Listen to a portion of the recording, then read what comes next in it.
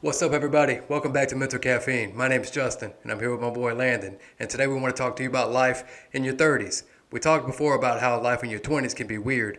In your 30s, life can be a little bit different. So we're going to talk about the things that they don't tell you about life after the big 3-0. Landon, you ready? Yes, sir. Let's get it. Let's do this thing.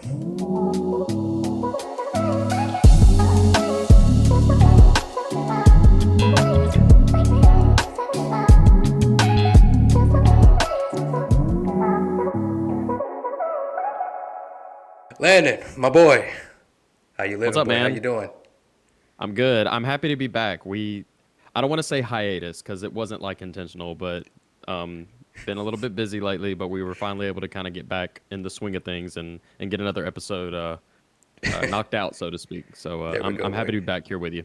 Here we are, episode 10, Landon, and I do feel like at the beginning of every single one we've done so far, we've had to make a comment about, like, it's been a while since we've recorded the last time, but Kind of feel that's that just way. life Yeah. trying to have work two Yeah. full-time jobs and also Yeah. get famous on YouTube and Spotify so we can pay off our student loans. But we're back, and but the Yeah. Big 10, baby, the Big 10.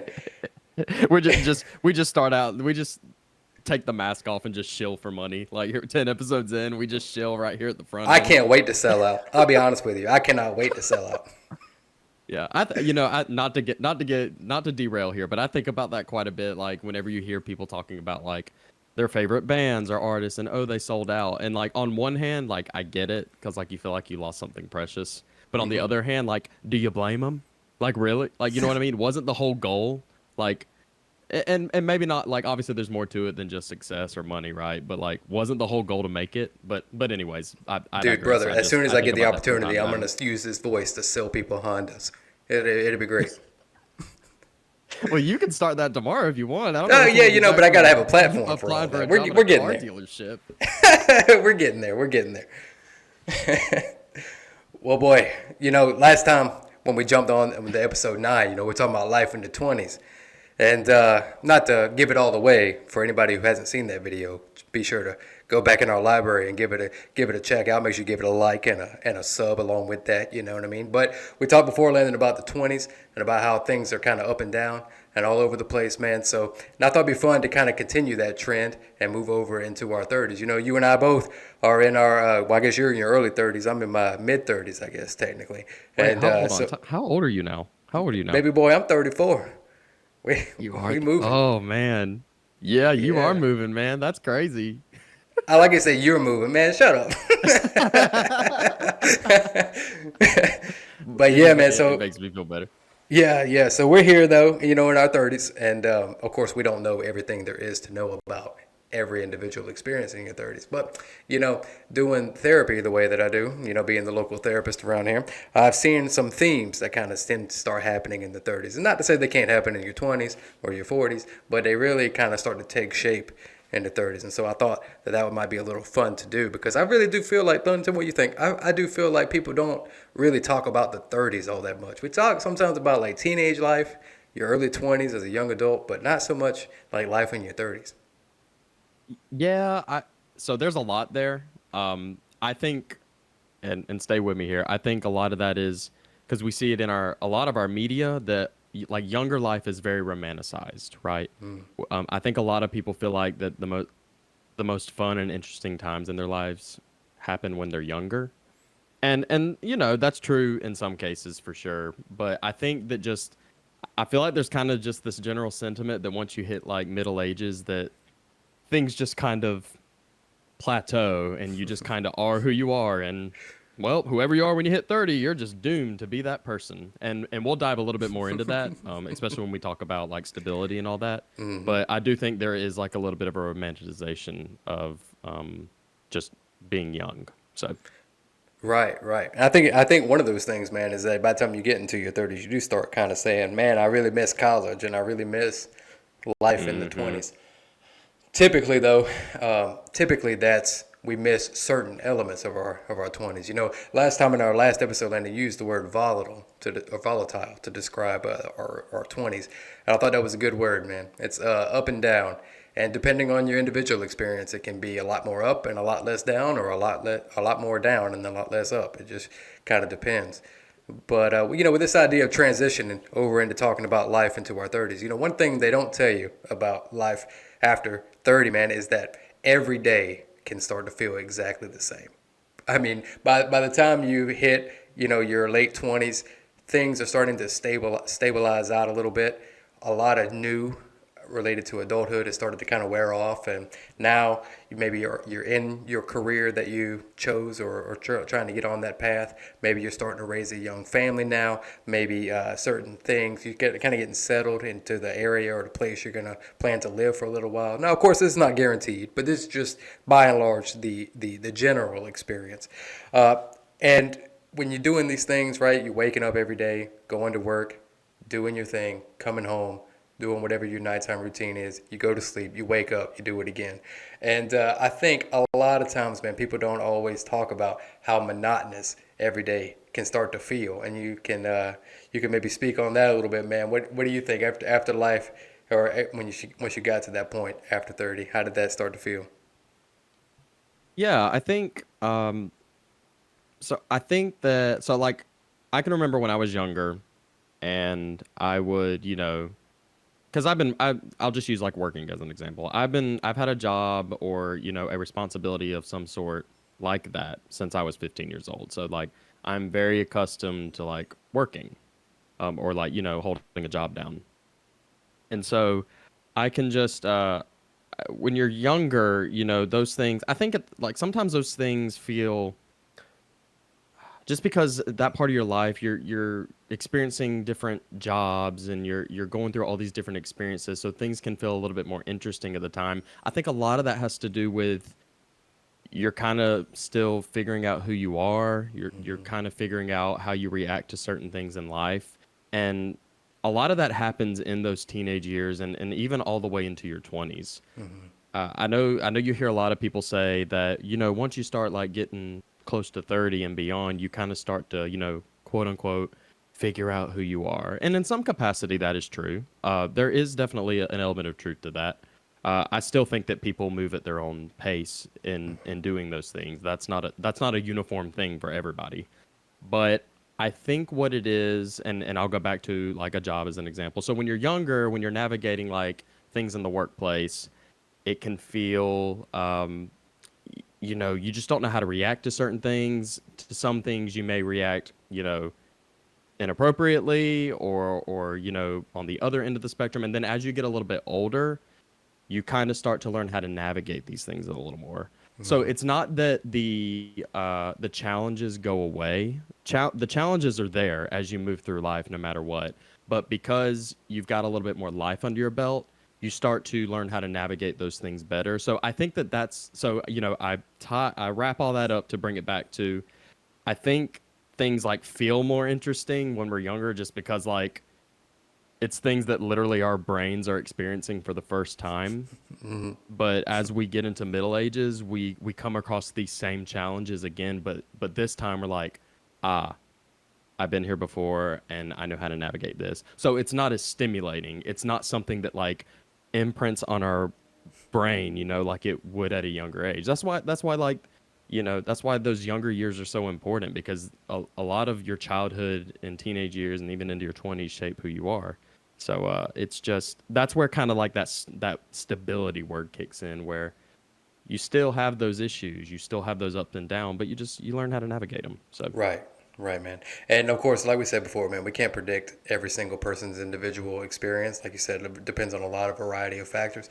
But if volatile is the word that we describe our 20s as, then the name of the game in your 30s and maybe even later than that is predictability. It's this idea, you use the mm, word stability. Uh, I think it's important to keep in mind stability doesn't necessarily mean good. It means predictable, in that a mm, lot of the ups and downs tend to stabilize. There becomes a rhythm to life in a certain kind of way. Now, again, depending on where you're at and depending on what's going around, that doesn't necessarily mean that would be you individually. But generally, this idea of our days becoming more predictable is definitely a part of it. Another thing that's a part of it, and kind of lead me to my next point that you alluded to there, and thanks for doing that. But this idea of comparison to social standards. When we mm, hit our 30s in particular, we start to kind of see where we measure up. Not just where we measure up in terms of like the broader societal expectations, but we start to see where we measured up to our own expectations. By the time you cross 30, man, you start to look back and think, there's where I thought I would be when I was 30, and then there's actually where I am when I'm 30. And that can be both a good thing and a not so helpful thing, depending on exactly what's going on there. And also, you start to come to terms with certain things. Specifically, one thing I think it'd be fun to camp out on for a second is just you start to come to terms with your childhood a little bit more and your teenage life a little bit more. And it starts to become something that you look back on and maybe study a little bit and see how these things maybe rhyme or kind of how they all fit together and how they all, like you said before, shaped actively the person that you eventually became in your 30s. You can kind of look back and add 2 plus 2 and see how we got 4 through all of that. But this idea of coming to terms with a bunch of different things is not something that people normally talk about, but it certainly starts to happen usually by the time we get into our 30s. So, what do you think about that, boy? This idea of coming to terms with stuff, both social standards wise and also our childhood, and also maybe even coming to terms with our future and elements around that. What do you think about that? Yeah, so and maybe this will be relatable for a lot of the listeners, but I for sure was a victim of, well, not a victim. I mean, it was kind of self-inflicted. I guess you could say victim, but I definitely fell into the trap of setting milestones for myself, particularly around the age of 30. It's, I don't know why I did that. I think a lot of people kind of, even like whether they're consciously or subconsciously doing it, I think it kind of is in the back of people's heads from time to time. I certainly made the mistake of doing that for a long time. Uh, yeah, it's, you know, you get in your head that you're supposed to have all these things done and accomplished. You're supposed to, and these are just examples. You're supposed to be married by a certain age. You're supposed to have children. You're supposed to have this job that provides this. The list goes on and on and on and on. Um, but it's just like, I don't really know how else to put it other than it's just not true. That's not real life. It just isn't. And I know that like there's people out there hearing that right now. Well, that's not like I didn't need a guy on a mic to tell me that. Like that's obvious, but I think it's important to hear that, right? Like it's just not real life. I think we get in our head that for some reason whenever we get out of our younger years and we enter into like our more like grown adult versions of ourselves that like there's going to be this drastic aha moment where well, we finally discovered who we are and we finally figured out, things and things just chill out. And that's not the case. Uh, as I've already kind of stated earlier in this episode, and I'll say it again because I think it's important. It's not that what life throws at you. It's not that those things go away. You just learn how to handle them a little bit better, maybe than you would previously. As far as what you're saying, thinking back on like your childhood and things that shaped you when you were younger, for me it was sobering. I can think back. It's funny how you like kind of grow and go through life and learn things. I can think back on some things when I was younger that at the time I thought were like good things for me, good things to learn. And then as I've gotten older and I've reflected on some of those things were good, and then some of those things I think hindered me, and maybe created issues for me down the line. But now I'm like a functioning adult with a fully developed brain who can now reflect on those things, uh, and I guess there is an element of responsibility to that to just kind of look and you know be aware of maybe some of the, I guess for lack of better phrasing here, some of the things that maybe shaped your flaws and what you've kind of drug into adulthood from result of, I mean, of course, trauma can cause those things, but just everything that happens when you're younger. So, and being, hitting your 30s, you really start to, get a little nostalgic, I guess, because Right. life changes and obviously, and I don't want to get into the state of the world or anything because that's a can of worms. But I do want to throw out there that the world is very different from when me and you were little boys. Very different, and it will be different again when we move forward another 30 years from now. So I think so that's kind of where that nostalgia kicks in. I hopped all over the place a little bit there, but I kind of hope that kind of answers the question you threw at me. It did, brother. It did. But the thing is that you talked about how reflecting back on some of these things and how it shaped some of our flaws. It also is important to Hmm. reflect on those things and see how it shaped the things that you're proud of, the way you've developed Absolutely. in your perspective, the way that you've prioritized certain things over other things, and really starts to help us make sense and kind of weave together this overall narrative about our life and how we got here. And I think that's incredibly important for a variety of reasons. But one of those reasons is because of this idea that you Landon have heard me talk about a lot. I don't know how much I've talked about it on Hmm. here, but this idea of growth. Growth is what it's all about, and being able to grow is in part related to where did you start from and where did you come from and how did we get here. Because then, after we can understand some of that information, that helps us make a more informed decision about where we're going. But part of that, said earlier about this idea of hinging our self standards around 30, right? I want to get to a certain place and accomplish certain things by the time I'm 30. Some of that, Lynn, has to do with the way our society, but particularly even the world, shapes conversation around achieving the milestone of being 30. There's something about crossing that is universally accepted as being a real adult. And once you get there, you're supposed to have a lot of things figured out. I'll tell you what a huge experience that I hear a lot about in therapy from all kinds of 30-year-olds, and that is this universal thing of, bro, I really thought that I would be a whole lot more of an adult than I feel. I feel as if Yeah. my Yeah. teenage years were not that long ago, and I feel like I'm kind of winging it and just kind of figuring it out. Landon, if people knew how common of a sentiment that is Yeah. amongst people, I mean, man, it would feel the conversation would go a lot different. I think in larger social conversation arenas there. yeah, I mean, everyone can see it. Just hearing that like puts a big smile on my face and makes me laugh because I mean, not only have I thought that a million times, but one thing I was going to add real quick is that, here I am at 31 years old and I've yet to meet a real adult in my life. I haven't met one yet. So it's just kind of funny how like when you're younger, you see people older and you kind of put them on this pedestal that, well, they're grown. So that must mean that they've like navigated life successfully and they figured it all out. And then when you get to the spot that they were in, as far as experience and age wise, you find out and I kind of say this in like a joking manner, but you kind of find out that one of the greatest tragedies in life is that no one's ever really like grown. Like a lot of people are just an amalgamation of who they were as a young person, and some of those things leak through the cracks and make it into adulthood, and some of those things are fixed by then. So yeah, it's interesting, and but also like it's refreshing to know that there's especially hearing it coming from someone who's in your line of work that talks to a lot of people.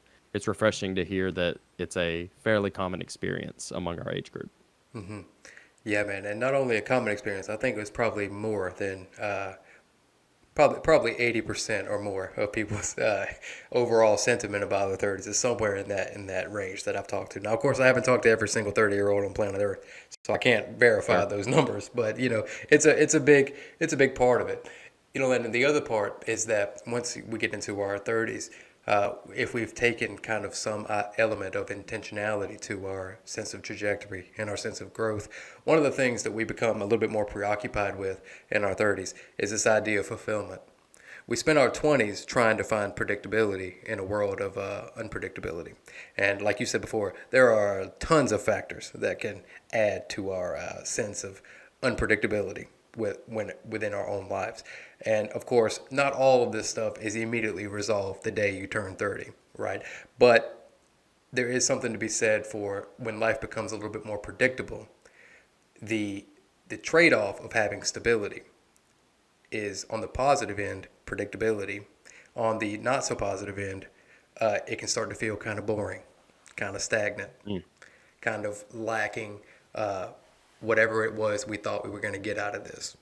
And kind of tying into our other thing, that's when we start to kind of see if that matches our expectations that we once had about getting to whatever part of life that we're at now. And we start to really consider these things around fulfillment. Does my life bring me the type of fulfillment or joy or happiness that I thought it would, that I expected that it would, or that I feel like it should? And those questions can be very deep, but it all centers around this thing of now that I've accomplished some level of predictability in my day, now that I got what I wanted, is this really how I wanted it? And now, of course, that carries over into all decades in life, but that really seems to start happening in your late 20s, early to mid 30s. This idea of taking a step back and reviewing everything and saying, do I need to make some kind of change here in order to accomplish some level of deeper fulfillment? Whether that's changing in my relationships, changing in my career path, changing in my sense of expectations in life, or changing even the things that I focus on. And this idea of seeking fulfillment is one of the deeper elements of things that become very common in your 30s. Yeah. You saying those things, it kind and maybe it's like corny, but it just kind of pops in my head that, at least for me, like turn 30 was really kind of like my look in the mirror years where I really, because man, my 20s flew by. A lot of that is just because you just feel so busy and life is just kind of a little bit chaotic there. Mm-hmm. But, you hit 30 and you really start to just kind of look at the person that you become. Some of those things, and I can only speak for myself, obviously, some of those things I see, I love. Great. I can see growth. I can see where I've improved things, but the ugly's there too. And so it's very sobering. It's very sobering to take a look at those things, but necessary. I want to be very clear. And sometimes looking at those things, I would argue every time looking at those ugly things is going to hurt, especially when there's no one around to blame except yourself, the person in the mirror. So it is a very, again, sobering, but a very necessary thing. And to be clear, you don't have to like turn 30 to do that. I feel like you should be doing that, throughout your life. But for some reason, I think it's a common pattern that it does happen for a lot of people when they do enter their middle ages. So, yeah. Yeah, man. You said something earlier about this idea about maybe you didn't add up to the social or the certain expectations that you had for yourself when you were young. I want to go a little bit of a different kind of direction, Landon, and just kind of go explore what happens in the other direction.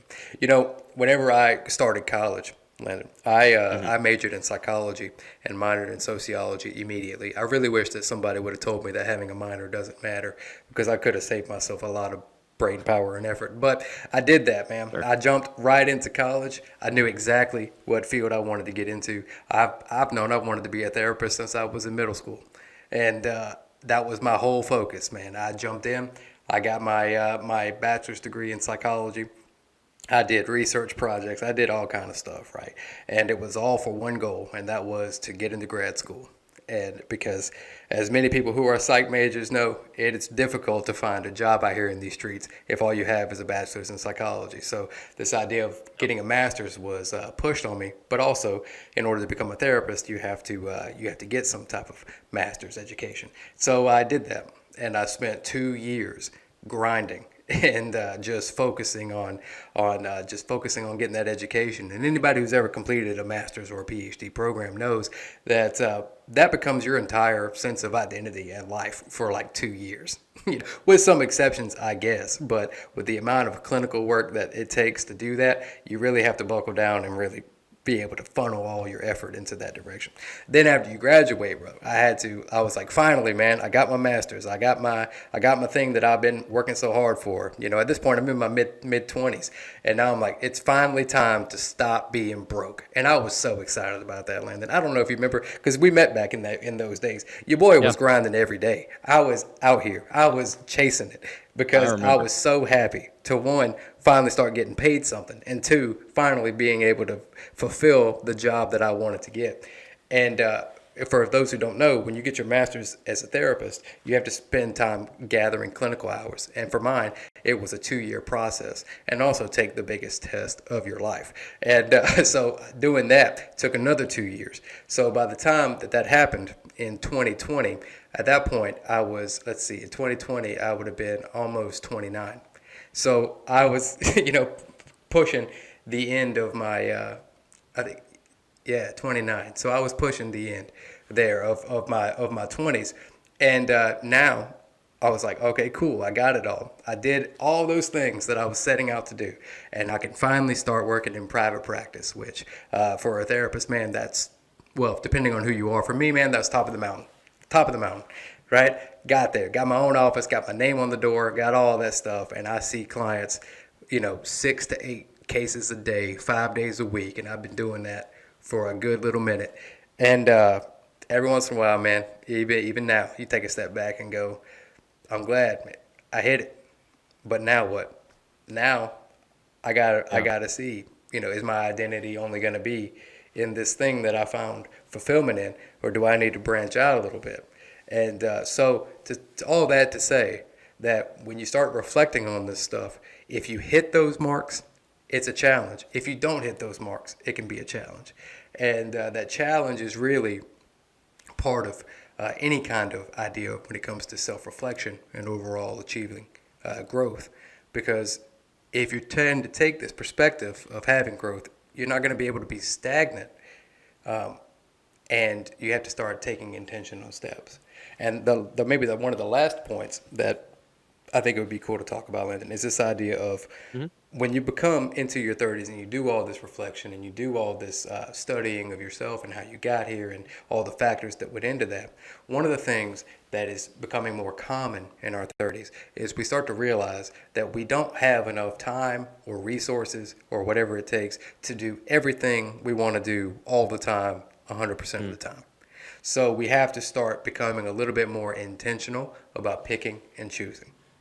So to give you an idea with it, by the time you get to your 30s, if you let social media tell it to you, you're supposed to be able to have the job that you need to have, achieve a certain level of financial income that you need to have, also be a present parent if that's a relevant thing, also be close to your biological family, if that's feasible at all. Also, you need to have hobbies and interests. Also, you need to take care of your body. Also, you need to mind your health and go to your doctor and do all these things, which means you have to afford a health insurance, which is a whole other thing. Also, you need to have friends and find social circles that gather, because there's some challenge to your social circle, especially nowadays, the older that we get. Also, we have to figure out what's going on in the future. Also, we have to, if we need to plan ahead, if we have people depending on us, we have to start considering their future and how we're going to do all these things.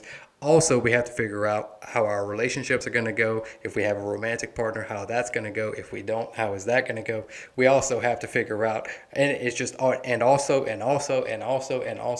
and any particular individual person, Landon, cannot provide all the effort and resources that it takes to hit every mark on everything that we want to do, because all Right. of us want to achieve a variety of different goals, and we Hmm. have to take this approach, and this is what we're advocating for here in this episode, of taking this intentional reflection time of deciding what it is we want to prioritize for a particular season in life. And I've certainly had to do that. I want to see if you've done that. If you found yourself kind of taking a step back and figuring out, okay, if I want fulfillment, then I'm going to have to prioritize certain things above other things, at least for a period of time. Oh, oh my gosh, yes. For sure. That's been a learning process going all the way back to my 20s and entering into my 30s. It's just figuring out, cuz like when I was younger, I had an idea what I wanted out of life, but then as I got older and I started coming to terms a little bit more with who I am, I started figuring out that those things that I thought that I wanted really bad earlier in life are maybe things that either I, or they could still be things that maybe I want, but maybe things that are not meant for me right now. Or maybe things that aren't meant for me at all. It's and you learn all these things through jobs, life experiences, people you meet, and so you kind of get to the other end of it all, other end of it all, so to speak. There's still a Hmm. lot of life ahead of us. I want to make that very clear. You're crystal clear, actually, that your life does not end when you're 30. If that is in your brain, get it out. Hmm. Um, there's still there's still time. It's, take that pressure off yourself. Hmm. I'm speaking from experience. It's not worth it. So now that I've got that out of the way, yeah, just constantly learning, and it just becomes clearer what kind of what I guess is feasible for you to get out of life. Because you become aware of your limitations, you become aware of what you're good at, you become aware of maybe the things you're not so good at, and so you have to take all these things into consideration that you've learned about life, you've learned about yourself, and then you kind of have to put them out on the table in front of you. And this kind of goes back to the self-reflection thing a little bit, and you kind of just have to come to terms with, okay, essentially, what can I do with the hand that life has dealt me? And I think people can get yeah. Go ahead. What were you gonna say? I I was saw the gonna say, light bulb turn on. yeah, yeah, man. Yeah. I was gonna say that the idea there is what I'm gonna loosely call intentional sacrifice. When we have Mm, this self-reflection, when we know what's important to us, and we know what kind of ideas bring us more fulfillment, we have to realize that we have to make some kind of sacrifice somewhere for some reason. Now, that doesn't mean it has to be a permanent thing. At least for a season, though, we have to prioritize things a certain way. And I really would want people to consider this idea of flexible prioritization. Depending on where you're at in a particular season, you might need to prioritize one goal over another. And we need to understand that by doing that, you're going to put more effort towards that one or two or three particular thing than you would any other thing. And so we can't give 100% to everything all the time. And so since we can't, we just need to understand where do we want it to go. I'll give you an example. If you have children and being a present parent is important to you, then that is going to sometimes mean that you're not going to have the time, effort, or resources to take care of the kids in the way that you want to, and also take care of your body in terms of physical exercise that you want to. Now, for some, that's not a decision they have to choose between. They can do both. And for others, that's more of a thing that they have to prioritize around. If you again want to be a present parent, as an example, then you may not be able to spend as much intentional time with your romantic partner, and maybe that's something that you have to negotiate. Or maybe you want to do all these things, but you want to also have friend time with your adult friends. Eventually, somewhere, something is going to have to start receiving a little bit less attention than we'd like to in order for us to be able to prioritize the things that we would like for them to be. And as we go through different stages, even within our 30s, at different times, for different reasons, in different seasons, we can be flexible with the things that we prioritize to a certain point. Now, there are certain things you're not going to be able to, because of your own decision, you're not going to be willing to make certain sacrifices on certain levels. But the ones that you can, remember that they're always changeable. They're not set in stone unless you need them to be. And if you need them to be, then that's a decision that you can intentionally make. And just knowing that once you do that, everything else that is behind it, by definition, needs to receive less effort than the things that you're going to really want to prioritize more so than anything else. yeah. Whenever you kind of talk about those things, it actually kind of reminds me, and I was eventually going to try to get to it anyways. So kind of an example of like something that I had to, and I actually came to terms with this like before I was 30, but I still think it's an experience that can happen when you enter those ages. Uh, so I can, and you can probably remember this too, but there was a time where I was pursuing sports broadcasting really hard. I'm sure because I think we met around that time that I was doing a lot of that stuff. I was doing it in school. I was calling football games, basketball games at school, and then on the weekends, I would actually be doing some production assistant work at some NFL games, not, a couple hours away from me. And it was fun. I really felt like at the time that I was on a road, I was on, you know, my path, so to speak. When you kind of feel like you're doing something, and in the moment it just feels right. Well, at that point in my life, it felt right, and so I was convinced that like, okay, like I'm doing this thing. I've been wanting this since I was a kid. I'm doing it.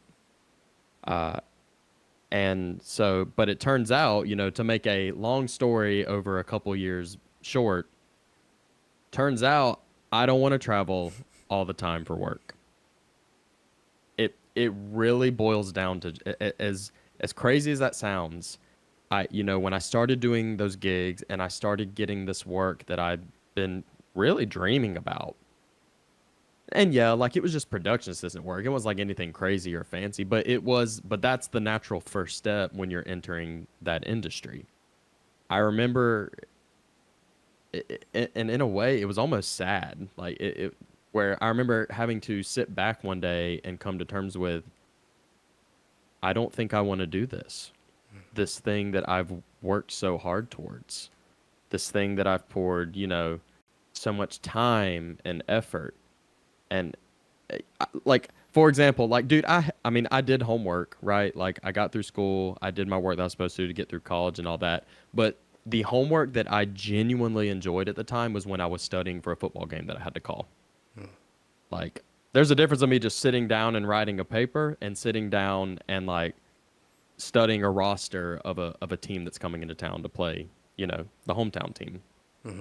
So anyways, it's just I and there's a lot of things that you will go through life and you'll have to come to terms with, and for me that was one of them. It was just one of those things where I was like, okay, like as much as I maybe enjoy this work, I can already tell that ultimately this isn't going to be for me.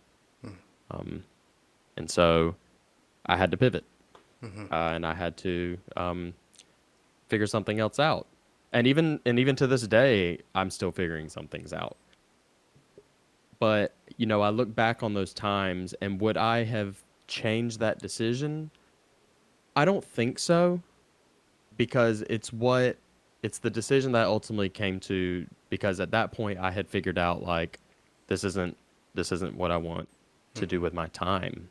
I don't want to give this much of my life to this thing. And I didn't, and all it took to learn that was time and going through life. So sorry, I know that got a little ranty there, but that was a big thing that definitely popped up when you were talking about Yeah, man. Yeah, those man. And things. that actually is perfect into the last thing that Yeah. that I have queued up for you, Landon. You ready for that? But before we do Yeah, that, tee it up. before we do that, make sure you guys give us a like and a follow. You can find us on YouTube and or Spotify Hey. at Mental Caffeine. Holla at your boy so we can get famous enough to be able to pay off our student loans. So, with that being said, Landon, our the big thing, the big finale here Yeah. is that if your 20s are volatile in the sense that we're trying to find some predictability inside of a bunch of unpredictability, our 30s provide us some level of predictability, or what we might loosely call stability. And the big reveal is that change is coming. Change is coming. In our Mm, 30s, big changes start to happen, but not in ways that we can easily see coming. And what I mean by mm, that is not necessarily that we can't cognitively think about certain things, but that when big changes happen, we are not quite sure right away how they're going to affect certain things. When you get into your 30s, as an example, maybe you have children, and then that disrupts things, and that makes things very unpredictable. Or maybe your parents become elderly, and you have to do certain things to take care of that, and things become chaotic. Maybe in your 30s, you experience one of your first tragedies that really creates a lot of uncertainty. Or maybe in your 30s, you go through a divorce or something of that nature. Big changes that create instability within our stability. Now, the reason, Landon, I think that's important to talk about that just for a little bit before we close out is because not sure. only is that normal, it is also very, very difficult, or it can be, I should say, very difficult because of this one thing that I'll turn it over to you and see what you think. When Yeah. we are seeking stability, when we don't have it, that is a big difference than when we have it and then we lose it and then we have to gain it again. There can Mm, be a lot of emotional, mental, and occasionally physical uh, challenges that come with this unexpected deviations from the stability and predictability that in a lot of cases that we've worked so hard to achieve. And so the idea of having our stability or predictability shaken and then having to rebuild it again, whether or not it came behind decisions that we didn't make or decisions that we did make on purpose, that disruption and that then renegotiation of predictability and stability is and can be very challenging, but it's also very needed because it then shapes our sense of trajectory for life into our 40s, into our 50s. So the final thing is that change is coming and that is an important thing that shouldn't be feared. It should just be understood that when that happens, the effects of that might not be fully understood until afterwards, but it causes it causes a need to renegotiate our sense of stability and predictability that we have in life. Sure. I think, and maybe you were hinting at it there, but change is inevitable. Change is coming whether you want it to or not. When you're younger, it feels exciting because, well, like I said, it's new. It's this new thing entering your life. But as you get older, these changes, so to speak, you're a little bit more, I guess, equipped for them. Maybe not all of them. Like you said, maybe it's like a first tragedy, or like you're having your first child. You can't be prepared for every single thing that life throws at you. But it's yeah, I mean, I'm on the, I'm kind of wrapping us up here a little bit. I just kind of wanted us to both like think about this for a second, and it's kind of been in the back of my head here for a while. So we talked a lot about like kind of the path to 30, right? Like even though this is an episode about us being in our middle ages, a lot of that is the build up through the 20s going into where we're at now. And as you stated earlier in the episode, you're 34, I'm 31. So you can speak a little bit more on this because you're a little bit farther along than me. um, and so what has your what has your experience been like so far, right? Since you're like right here smack dab in the middle of it, and then I guess I'll kind of bounce off of you and kind of give you my feedback because I'm kind of like I'm kind of new to this whole middle age thing, at least a little bit. So it's just been interesting, but I wanted to just I wanted to just pick your brain, maybe as the person here, maybe not so much as the therapist, but just as the person here for a second, and what that experience has been like. Well, boy, first of all, I can't separate those two things, boy. So I'm gifted with perspective on that because I talk to a lot of people throughout a lot of different places in life, and so I was aware of that stuff for a while. But the biggest thing was that whenever I started doing all that self-reflection and all those things, one of the features of it that I had to really come to terms with is that I don't need to do it by myself. And especially in our culture, down here in the South, in the modern America, we really emphasize individualism and willpower and self-reliance. Uh, in my 30s, I had to start letting that go. I had to start realizing it on a personal level that I ain't supposed to have it all together by myself, right? We need community. We need connection. We need brotherhood. We need friendship. We need all these things. And that in order for me to be able to find real fulfillment, I needed to be able to branch out into these other things and these other avenues that weren't necessarily financial or weren't necessarily about achieving a certain thing. Sometimes it's just about thickening out that sense of connection that I have. And that was a real big thing for me in my 30s. The other side of it, just as me as an individual, because I had spent such a long time working towards what I wanted to get to, I had to really make an intentional and concerted effort, and this on a personal level. And like I had to really take it upon myself to force myself almost to take time off and just live a little bit, because I'd Yep. spent such a long time trying to get here, and then I got here, and learning that I can take my foot off the gas and it won't all fall apart. So that was a big part of it in my early and now getting closer to my mid 30s. And I think the other part, man, is just about learning that I really enjoy therapy. I am as you know, I affectionately call myself a workaholic because I just enjoy it. I love thinking about it. I love doing it. And I know that that might not be with a standard for everybody.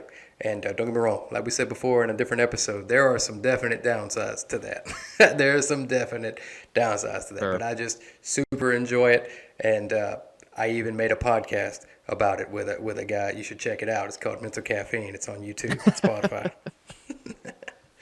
But and maybe this will encourage you, and I know we got to wrap up here shortly, but I can confidently say, Justin, that I have seen growth in you from because like you talking about the just learning to kind of chill out and relax a little bit. Well, I can confidently say that, and I think maybe I've said this to you before. If not, you're gonna hear it for first time right here on the podcast. But I love going on vacation with you because you like when you go, you're like me. When we're on vacation, we're on vacation, and like we go hard, like we really do. Like we eat what we want, we go where we want, and so it's a good time. So I think you've done really well in that area, and maybe that's encouraging to you, that you definitely have it in you, and like there's definitely been, you know, there's fruit from that labor, so to speak. Appreciate that, boy. I couldn't do it without you. Yeah, of Couldn't do course. it without you. But now that you in your 30s, dog, what you've noticed about life crossing the big 3-0? Man, I for me it's just chilling out about a lot of things. Um, a lot of recent events in my life, and you know about some of those things. Or younger me would beat myself up a lot about it. But a little bit older and a little bit, I'd like to think, a little bit wiser me has learned to just navigates? Where'd that come from? Navigate those things a little bit better. Um, as you know, something I've always really struggled with is I'm really hard on myself. Sometimes that has benefited me. Sometimes it's gotten me some lucky opportunities in life, and I've gained some certain things from just having that in me and using it to push myself. But the downside to that is when things don't go my way, it can at the moment it can feel like the end of the world.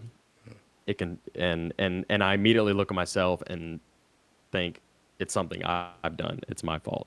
And I'm not perfect. Sometimes it is. But also, to be honest with you, sometimes life just throws things at you. And I've that's been a very sobering thing for me to realize that, you know, you can quote unquote do all the right things, say all the right things, and be this really great person, but sometimes life is just going to throw things at you, and you have to learn how to navigate those things regardless. You may not deserve it, maybe you do deserve it, but what matters is how you navigate it and how you get on the other side of it and what you learn from it. That's the truth, That's boyo. been That's how we some, grow. Nobody grows yeah, when they're comfortable, and baby. We got to get going. so that's been something that I've really had to fight. And then I guess this is kind of, I also want to close the episode out this way, because I think it's a good point to end on.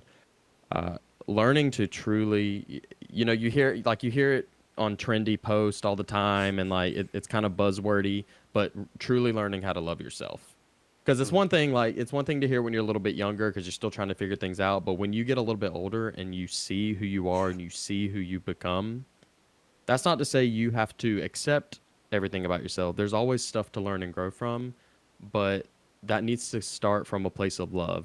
The growth that you're wanting to achieve and the work that you're wanting to put in to get to where you want to be in life, it needs to be rooted in love for yourself and wanting better for yourself. And so that's something that I've been wrestling with, and that's kind of what I use to motivate myself to try to become a better person, learn from the things that I go through, is that ultimately it's for the betterment of me because I love me and I want to take care of myself. So, There we go, boyo. There we go. So if you're in your 30s, man, get a little self-reflective, and make sure yeah. when you do get a little bit of self-reflective, remember, understanding where you've been is important, but it's also important to figure out where you're going.